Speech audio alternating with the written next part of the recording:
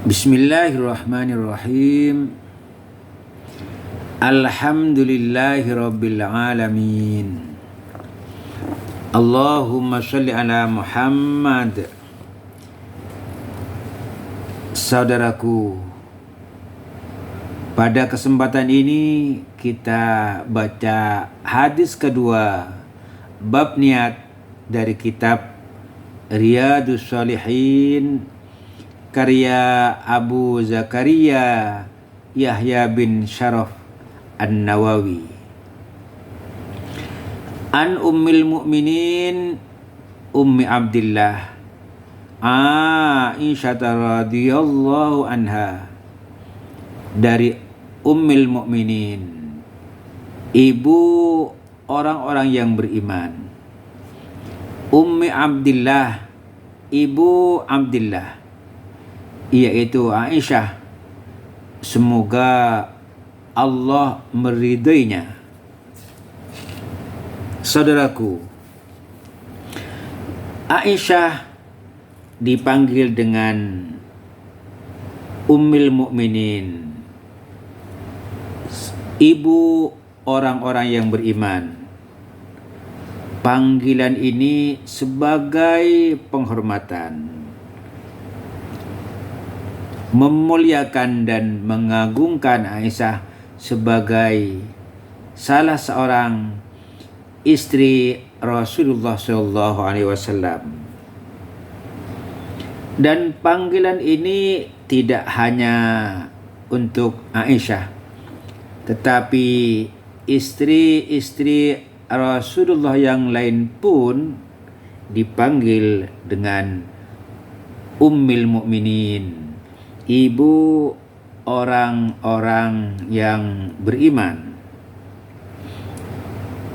Sementara Rasulullah SAW juga disebut abun lil mu'minin, ayah bagi orang-orang yang beriman. Rasulullah disebut sebagai ayah bagi orang-orang yang beriman dalam hal kelembutannya, kasih sayangnya. Jadi panggilan ini bukan terkait dengan masalah nasab atau keturunan. Saudaraku, Aisyah juga dipanggil dengan Ummi Abdillah, ibu dari Abdullah. Abdullah ini sebenarnya bukan anaknya Aisyah, tetapi anak dari Asma, yaitu saudari Aisyah. Berarti Abdullah adalah ponakan Aisyah, karena Aisyah dengan Asma adalah saudara. Dua-duanya adalah putri dari Abu Bakar As-Siddiq. Abu Bakar As-Siddiq nama aslinya Abdullah bin Abi Quhafah radhiyallahu anha wa an abiha wa jaddiha. Semoga Allah meridai Aisyah, meridai ayahnya Aisyah, yaitu Abu Bakar As-Siddiq, dan meridai kakeknya, yaitu Abi Quhafah. Aisyah dinikahi oleh Rasulullah di kota Mekah. Pada waktu itu Aisyah baru berusia 6 tahun. Dan pernikahan itu terjadi setelah beberapa bulan sebelumnya Nabi menikahi Saudah.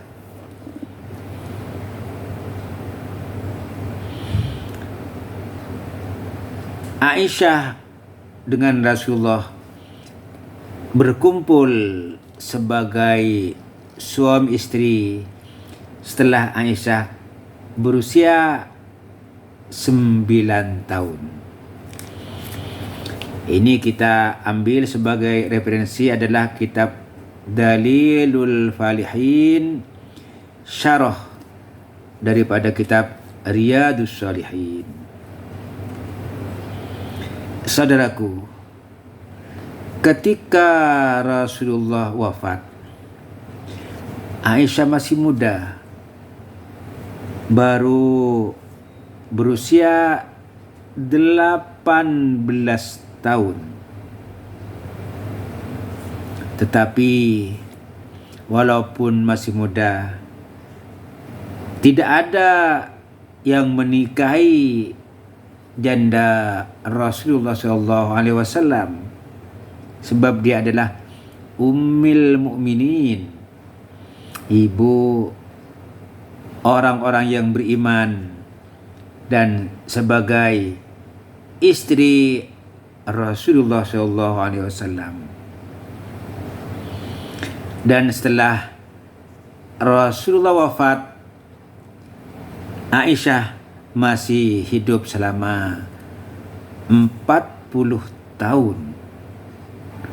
Berarti usia Aisyah 18 tahun ditambah 40 tahun, jadi usianya 58 tahun. Dan ketika wafat, Aisyah yang melakukan salat jenazah adalah Abu Hurairah. Saudaraku, Aisyah termasuk wanita yang cerdas, luar biasa, sehingga banyak kita temukan di dalam kitab-kitab hadis, yaitu hadis yang diriwayatkan oleh Aisyah. Ternyata Aisyah menerima hadis dari Rasulullah SAW sebanyak 1.210 hadis, dan menurut pendapat yang lain 1.010 hadis yang termasuk muttafaqun alaih, diriwayatkan oleh Imam Bukhari dan Muslim sebanyak 174 hadis, yang termasuk diriwayatkan oleh Imam Bukhari sebanyak 64 hadis dan Imam Muslim sebanyak 68 hadis.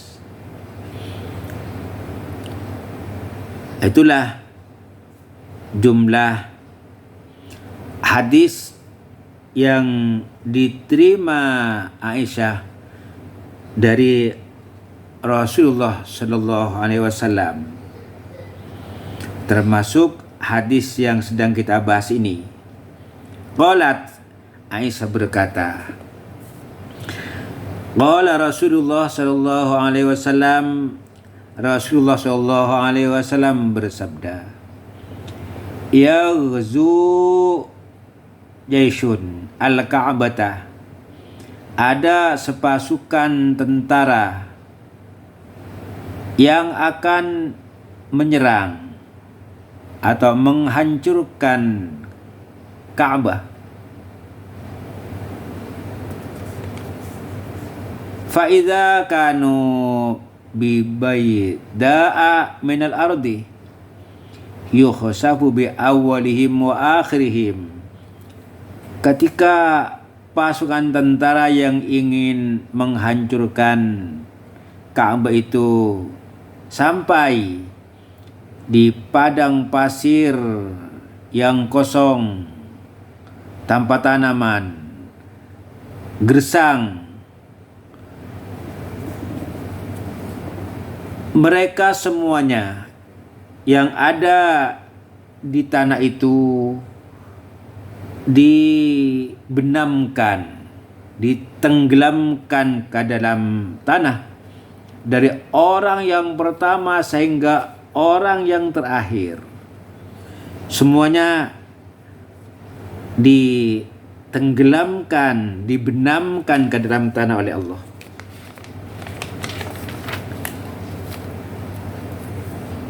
Lalu Aisyah berkata, "Qultu," aku bertanya kepada Rasulullah, "Ya Rasulullah, wahai Rasulullah, kaifa yuhsabu bi awwalihim wa akhirihim wa fihim aswaquhum?" Ya Rasul, kenapa semuanya itu dibenamkan ke dalam bumi, dari orang yang pertama hingga orang yang terakhir, semuanya dibenamkan, ditenggelamkan ke dalam bumi.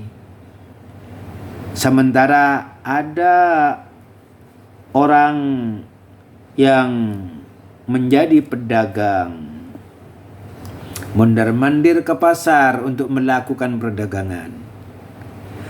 Wa man laysa minhum, dan ada juga bukan golongan mereka yang ingin menghancurkan Ka'bah.